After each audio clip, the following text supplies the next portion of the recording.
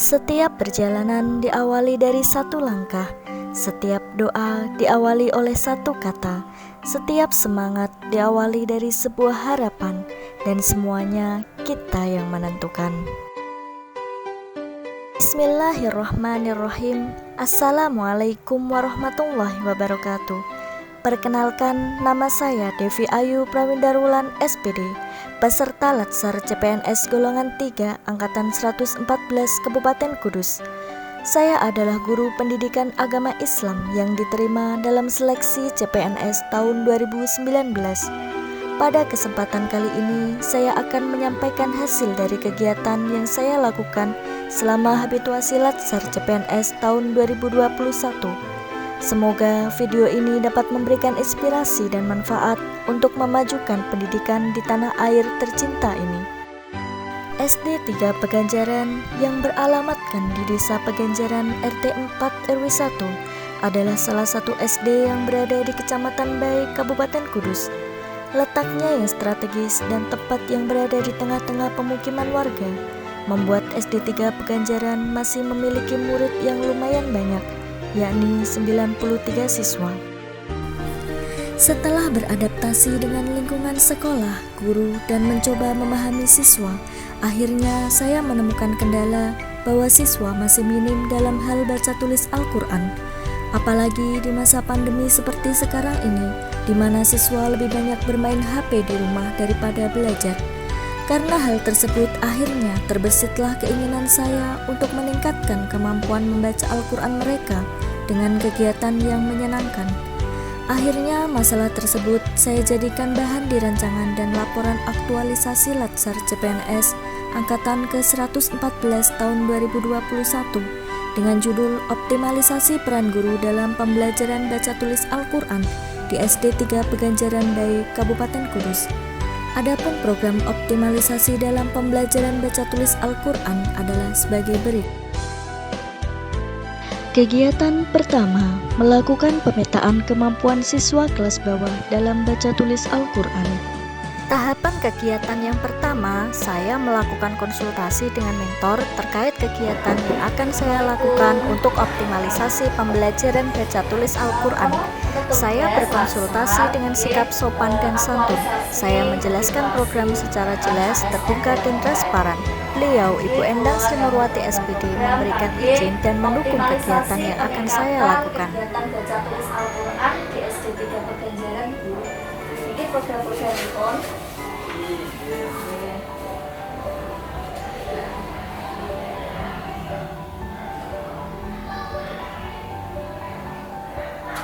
Monggo saged dilaksanakan untuk sekolah.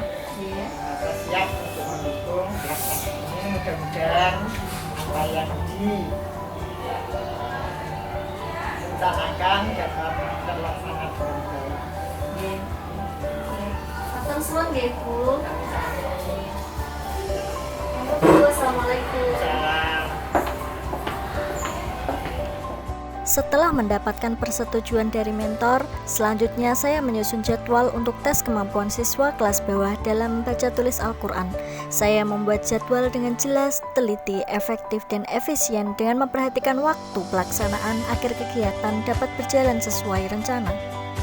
Selanjutnya, saya melakukan pretest kepada siswa kelas bawah sebagai langkah untuk mengetahui kemampuan siswa dalam baca tulis Al-Quran.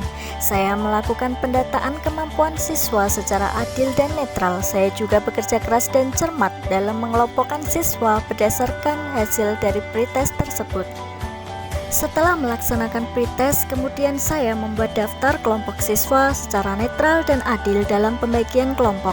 Saya menyusun daftar kelompok agar dalam pembelajaran nanti dapat berjalan efektif, karena jika pembelajaran dilaksanakan secara bersama-sama terkendala dengan kemampuan siswa yang tidak merata. Selanjutnya saya membuat laporan hasil pemetaan kemampuan siswa kelas bawah dalam baca tulis Al-Quran secara jelas dan bertanggung jawab dalam penyusunannya. Saya menyusun laporan hasil pemetaan kemampuan siswa kelas bawah dalam baca tulis Al-Quran sebagai bentuk tugas dan kewajiban sebagai ASN yang profesional dan bertanggung jawab. Kegiatan kedua, melaksanakan jam bimbel BTA. Tahapan yang pertama yakni menyusun jadwal, daftar hadir, dan materi home visit baca tulis Al-Quran. Saya menyusun jadwal, daftar hadir, dan materi home visit baca tulis Al-Quran secara jelas, baik, dan teliti sehingga tersusun jadwal yang rapi. Tahapan kegiatan yang kedua, melaksanakan proses pelatihan baca tulis Al-Quran.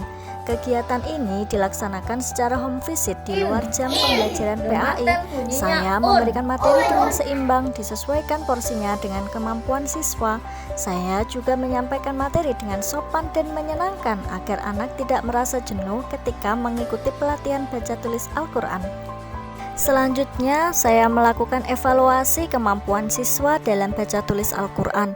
Pada akhir kegiatan, saya memberikan evaluasi kepada siswa dengan cara menyimak satu persatu bacaan Al-Quran atau ikrok siswa. Saya berlaku adil dalam memberikan nilai kepada siswa.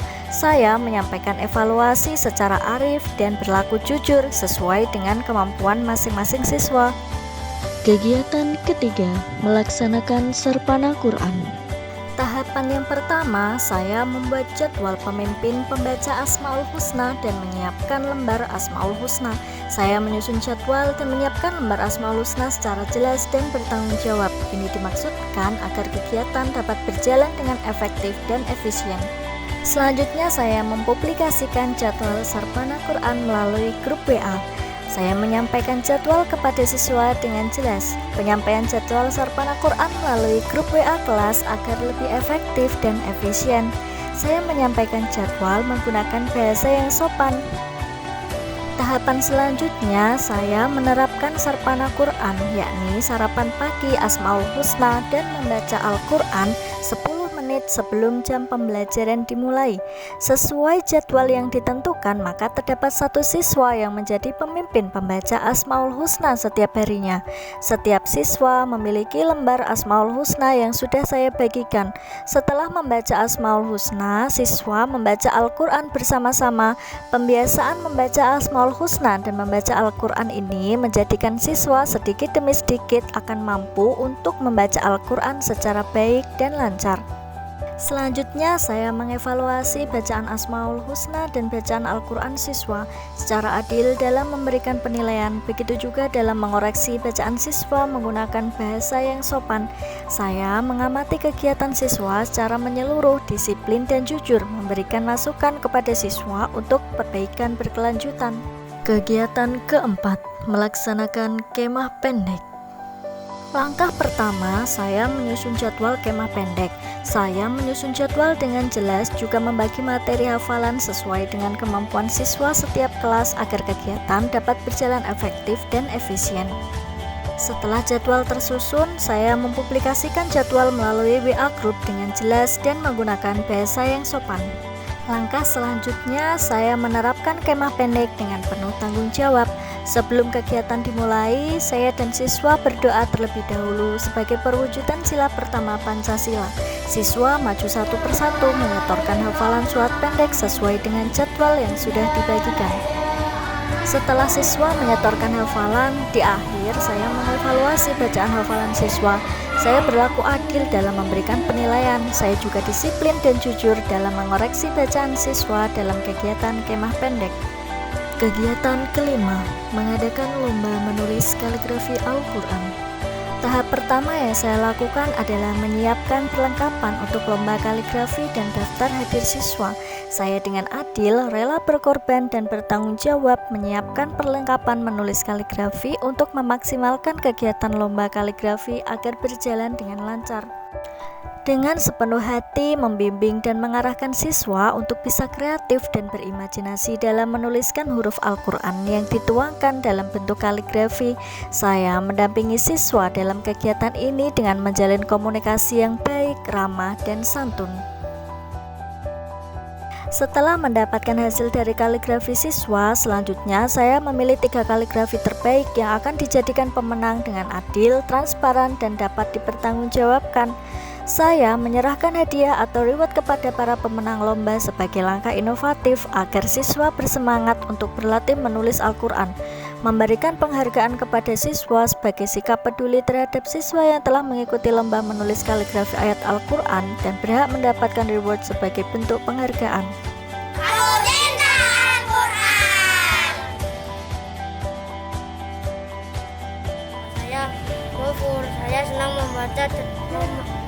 belajar membaca dan menulis Al-Quran bersama Bu Wulan. Kegiatannya menyenangkan. Saya jadi bisa membaca dan menulis Al-Quran. Terima kasih Bu Wulan sudah mengajari saya membaca dan menulis Al-Quran. Assalamualaikum warahmatullahi wabarakatuh. Assalamualaikum warahmatullahi wabarakatuh. Saya dari Ibu Mas Muhammad Rayhan Al-Khalidi sangat mendukung program yang dilakukan oleh Bu Wulan. Kegiatan-kegiatannya sangat bermanfaat untuk anak-anak karena anak-anak bisa belajar membaca dan menulis Al-Quran. Anak-anak menjadi bersemangat untuk membaca dan menulis Al-Quran. Terima kasih kepada Bu Wulan yang sudah membimbing anak saya belajar membaca dengan menulis Al-Quran. Alhamdulillah, puji syukur kepada Allah, program yang saya kerjakan berjalan dengan hasil yang cukup memuaskan. Anak lebih disiplin membagi waktu untuk belajar membaca Al-Quran, bermain, dan belajar pelajaran yang lainnya. Butuh ketekunan untuk menyelesaikan program tersebut, tetapi menyerah bukanlah jalan yang akan kutempuh dalam perjalanan yang masih dini ini. Karena orang yang meraih kesuksesan tidak selalu orang yang pintar, tapi orang yang gigih dan pantang menyerah dalam berusaha. Demikian yang dapat saya sampaikan, semoga bermanfaat untuk Bapak Ibu Guru seluruh Indonesia.